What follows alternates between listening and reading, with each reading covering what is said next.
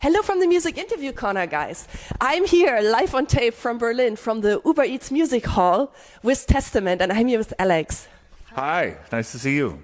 Thank you, likewise, and thank you for taking time for this interview. Oh, my pleasure. My pleasure. Good to be here. Good to be here with you. Thank you. And first, let's talk about your legacy and Testament's legacy. Okay. Testament is credited as one of the most influential and most important bands in the thrash metal scene. And Guitar World magazine named you, I think, the best guitarist of all time. No? No? Is this the Wikipedia lie? But I thought fastest and greatest guitarist of all time? I was on a list. I'm on lists of best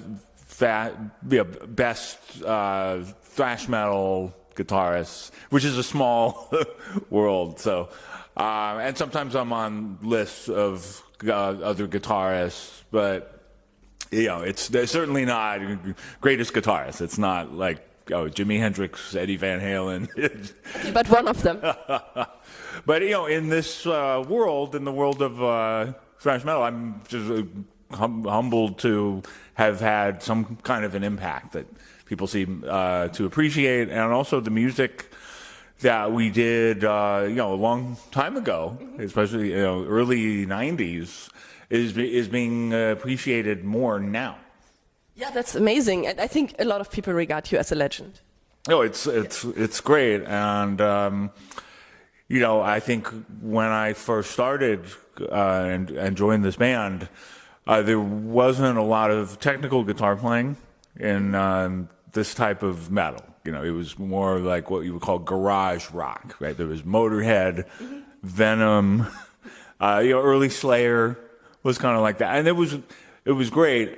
And I liked guitar players like Van Halen, Randy Rhoads, from Ozzy Osbourne, Uli John Roth, who I'm honored to call a friend. And also, I liked some of the guitar players from Los Angeles, even though the music was very different. But I thought, George Lynch, wonderful guitar player, Warren DeMartini, and I wanted to do this type of music, but somehow find a way to do that type of more technical guitar playing, and it was very unusual at the time.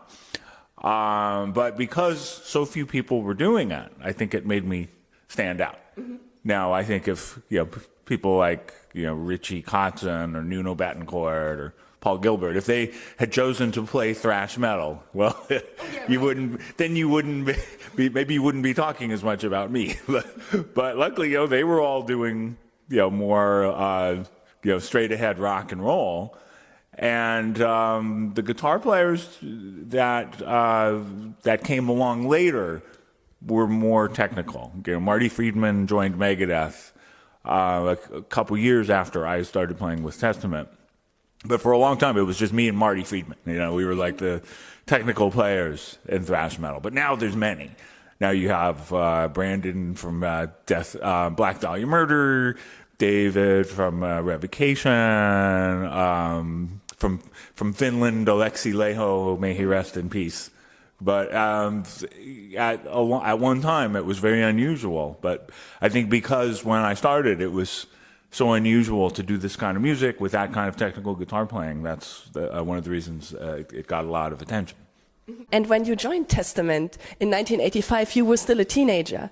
Could you ever have imagined back then that your musical journey together would be that long and that successful?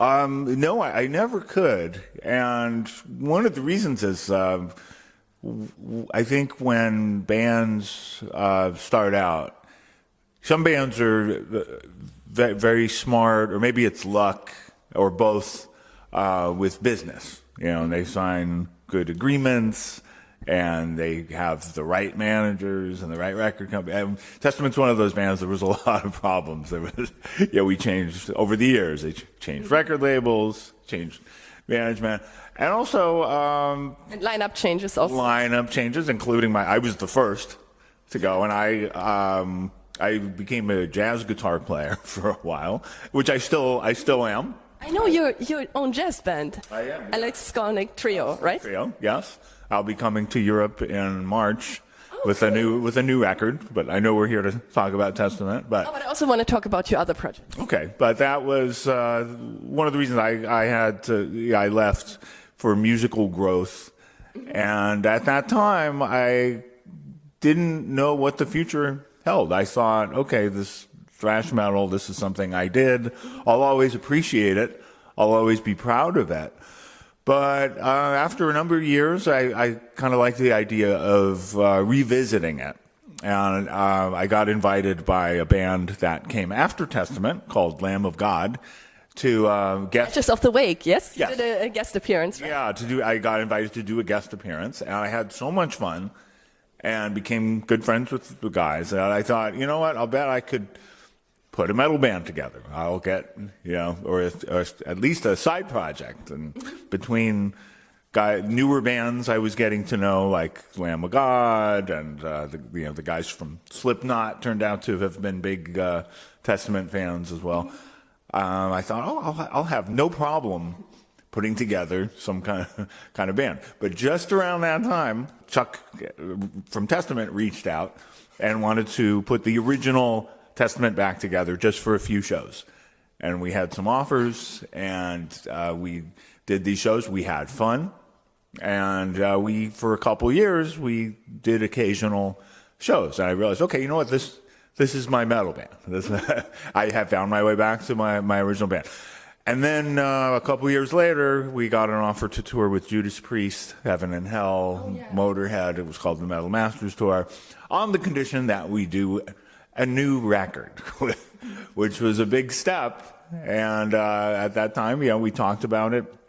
The original drummer, Louis, realized that he didn't want to do a full-time music career, but we got a new drummer at the time, who was Paul Bostaff, who is currently the drummer in Slayer. And we managed to go in the studio and do this record called The Formation of Damnation. And that really brought us back. And then we did the tour, and it's been going solid ever since. We're about to release our 5th record with the reunited lineup, which has a slight change from the original lineup. In addition to the drummer, now we have the amazing Chris Dovis on drums after several years of Gene Hoglan. And we have Steve DiGiorgio on bass, who's now been there for about 10 years now, which doesn't seem like it, because we still think of him as the new person. But sometimes, when you have a changed member, time shifts and it doesn't seem that long. Nico McBrain just announced he's retiring from Iron Maiden. I still think of him as the new drummer after Clive Burr, but he's been there for 42 years. And you just mentioned your 5th record with the classic lineup, and it's your 15th studio record, right? And it's going to come next year? Can you tell me something about it already? Well, it won't be my 15th, but it'll be 15th of the band. Yeah, yes. And very excited about it. I think when we did the Formation of Damnation, we were kind of thrown into this situation where, in order to tour, we had to learn to create music again. And things were different because since I'd been gone, Eric had developed a lot as a songwriter, and he'd become the main songwriter. It wasn't like split evenly like the earlier records when I'd left. But it was fine. I liked what they were doing. I made my contributions. I would contribute a few songs, and we managed to work, even though by this time I lived in New York. I lived across the country, but with technology and email and all these things we didn't have before, we were able to kind of get music together, even remotely. But this album, I think there was a lot more working together. Eric and I met several times and wrote in the same room. Eric and Chris, the drummer, would meet several times, and then there was a session where we all met. So we put much more time in person into the creation of this upcoming album, and I think it's going to give it a different flavor. I'm really excited to hear it. Thank you. as well as the fact that there's a different drummer. That changes a lot. But you also still had less drummers than Spinal Tap, I think. Yeah, well, there was a period where, right before we did the Formation of Damnation album, we went through several drummers. We had our original drummer, Louis Clemente, who was never like a full-time drummer. He was a drummer in the band. After he left the band, he never joined another band. And he sort of relearned drums just to do a few reunion shows. But we also had John Tempesta, who had played for the band before joining Rob Zombie. And then it looked like John Tempesta was going to be the drummer. We did some shows with him. But then the Cult came along, and he became the drummer for the Cult. We had a drummer named Nick Barker, who was part of Cradle of Filth, and numerous other bands. And he was with us for a few tours, but then it just worked out with Paul Bostaff at the time of the Formation of Damnation. And he had been the drummer of Exodus at that time. And then, things happened, and Paul found his way back into Slayer, and Gene Hoglan was available. And Dean was with us for a long time. And then we did a touring cycle with Dave Lombardo, which was great. And he became a great friend as well. We never knew each other that well before, and he's still a great friend. But going forward, doing a whole another record and doing a full album cycle, and the commitment that takes, Dave just couldn't do that. So it worked out great because we have Chris, he's much younger than us. He wasn't even born when we did our first record. It's just kind of crazy. He's 26 years old, but he studied every drummer we've had in the past. He plays those parts perfectly, but adds his own stamp. He's a very trained musician, which I can relate to because he went to Berklee College of Music. When I was out of the band, I went to the New School in New York, so I have a degree in music from university. And, we can relate on that level as well. Cool. And I would also like to talk about Anthrax, because Testament and Anthrax go all the way back. I read that you did club shows together in the mid-'80s, right about the time you joined, I guess. And the first big European and North American tour of Testament was with Anthrax in 1987. Yeah. How is it now for you to be with Anthrax on tour again 40 years later? Yeah, it's amazing because I think, they're not, both our bands have been through a lot over the years. Anthrax was not immune to lineup changes. In fact, they had singer lineup changes, which is even more drastic in a way, as well as guitar.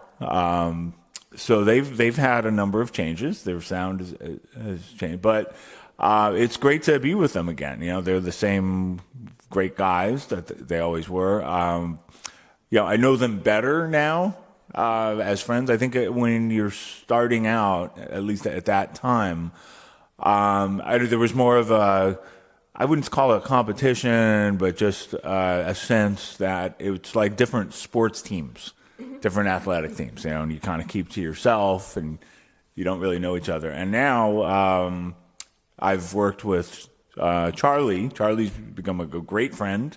And during the pandemic, we did videos of songs together. In fact, we did a few songs with Rod Diaz, the bassist for Korn.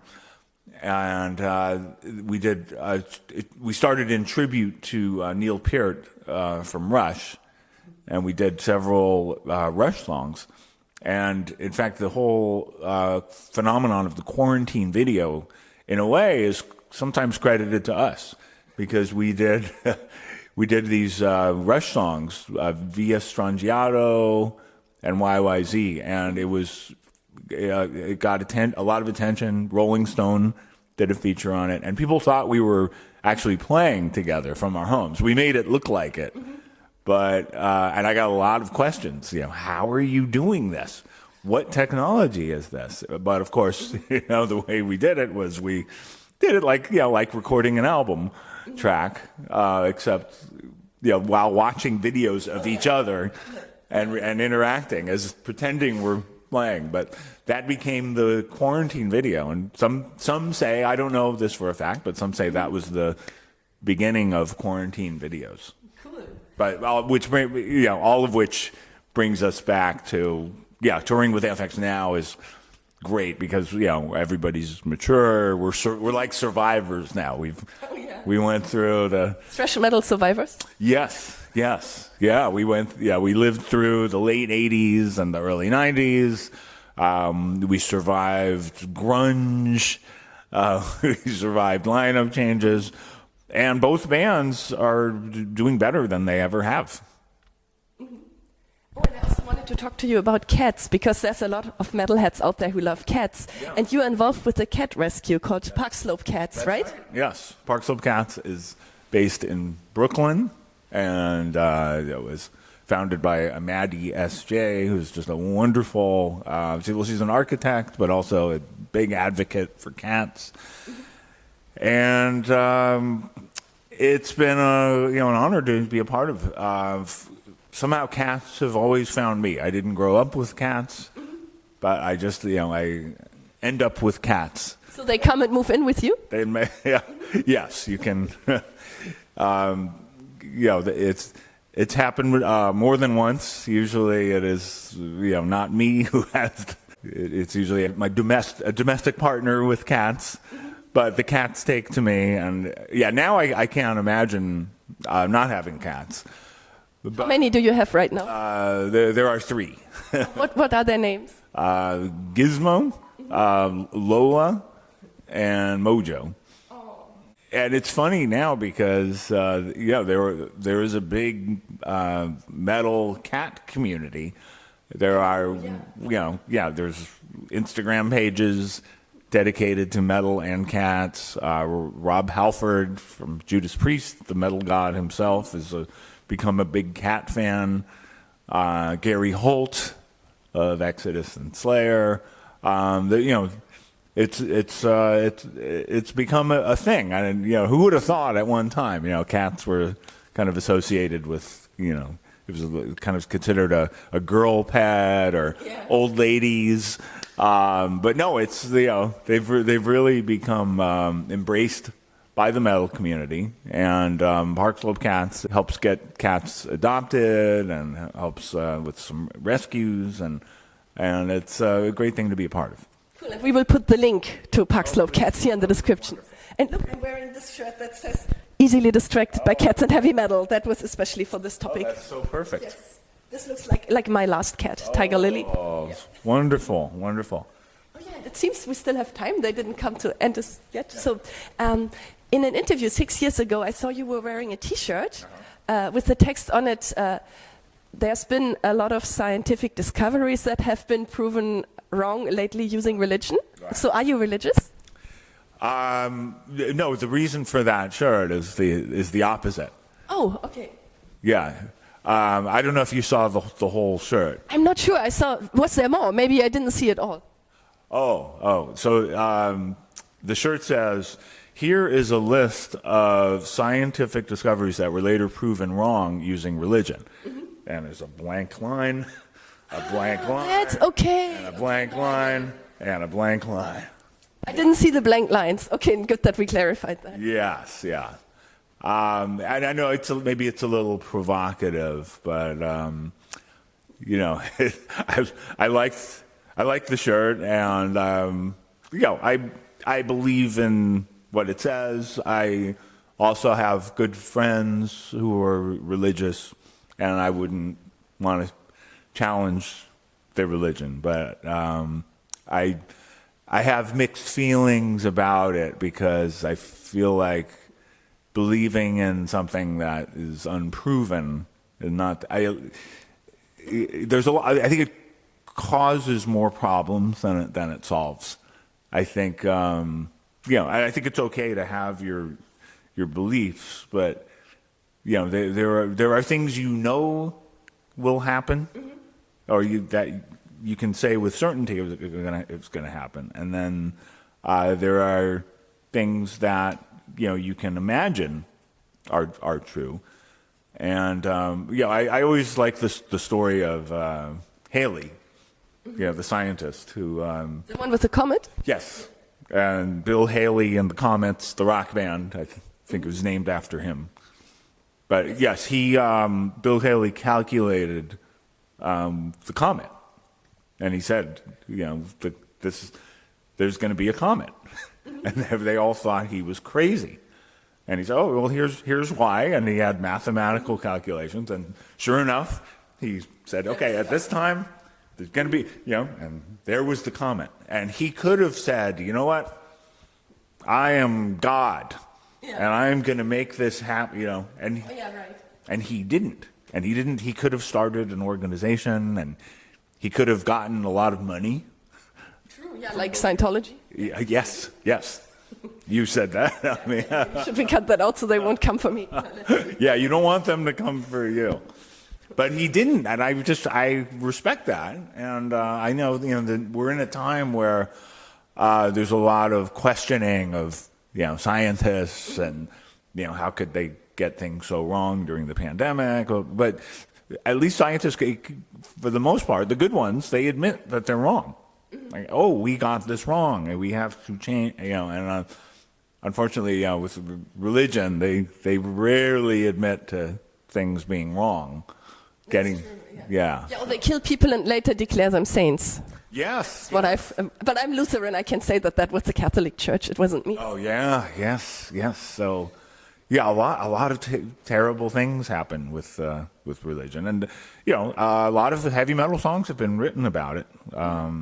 I'm certainly not the first. We're not that we have a lot of songs about that, but that's just something. Yeah, in real life, I'm just sometimes troubled by the outsized role that religion plays in our society. But I like it that you have friends with different opinions, because I like what the Dalai Lama says: we can all sit on the same table and have different dishes. Yeah, I like that. Absolutely. And if somebody just agrees with you about everything, well, that's not that fun. No, then you can't even broaden your horizon then. Exactly. Oh yeah, maybe they still haven't shut us down. Perfect. So my favorite question: what is the craziest thing in all of these years that you and your bandmates have done on tour? The craziest thing we've done on tour? Oh my gosh. I have to think about that. I mean, you have such a long career, so no wonder. Yeah. What have we done that's crazy? It's funny because, I guess it looks crazy what we do, because we're playing loud music and there's people crowd surfing and, running around in a circle. I mean, I don't know what's crazier than that. True, yeah. But as far as us, God, I don't know. I guess what we do, it feels pretty normal. I think. Crazy is the new normal. Yeah. Well, I guess this isn't that crazy, but a few years ago, we arrived in a foreign country for a concert, and the promoters disappeared. They didn't live up to. And this happens sometimes. Unfortunately, there are. It's happening less and less, luckily. But occasionally, there are promoters who are not honest people. And you even hear this now at big levels. I mean, you've heard of, I had an experience like that myself when I was working as a host at a festival. Big pops. But anyway, and with a group like Testament, it's a well-known group, but we're not like we're not like a cover of Rolling Stone, mainstream accepted band. That's kind of stuff like that's going to happen once in a while. Anyway, we arrived in the country. I'll just say it's Turkey, and we played there recently and without a problem, and everything was wonderful. But when we arrived in Turkey, and no show. There's no promoters. No stage? No stuff from the writer? Or? Nothing. Oh my God. I forget exactly why, but we couldn't. And a couple fans of ours at the airport were so disappointed to hear this that they decided to create a show. The fans created a show for you. Fans created a show, and we told them what we need. Yeah, we need a case of water. We need a PA system. Yeah, whatever it is. Yeah, we gave them the list, and we're just like, oh, there's no way they're going to be able to pull this off. They made phone calls. They called all their friends. Yeah, and it was a tiny club. It was like the type of venue that we would have played when the band first started. And there wasn't room for all of our equipment. There wasn't room for our cases. We played in our street clothes. Okay. And it was just like starting the band all over again. And the show went great. It was packed. We told these fans, you guys could do this. You guys actually promoted a show successfully. And we did this this unplanned club show at the last minute. And, that's definitely, I don't know if it's the craziest thing we've done, but it definitely felt crazy at the time, but we pulled it off. Yeah, I totally love that you and your fans just pulled off the show. That's amazing. Yeah, with 12 hours notice. And I think it will always be a special memory for you and for your fans. Oh, absolutely. Absolutely. Yeah, we'll never forget that time going to Turkey and playing a club and the show being put together by the fans at the last minute. And is there anything you want to say to your fans before we end this interview? Well, we are nothing without the fans. So I'm so grateful. I just, always wanted to just travel the world with a guitar, and you all make this possible. So thank you, danke. Oh. Vielen, vielen Dank. Oh, sorry, now I'm switching to German. Thank you so much, Alex, for this beautiful interview. Absolutely, my pleasure. Thank you, Katie. And goodbye from the Music Interview Corner.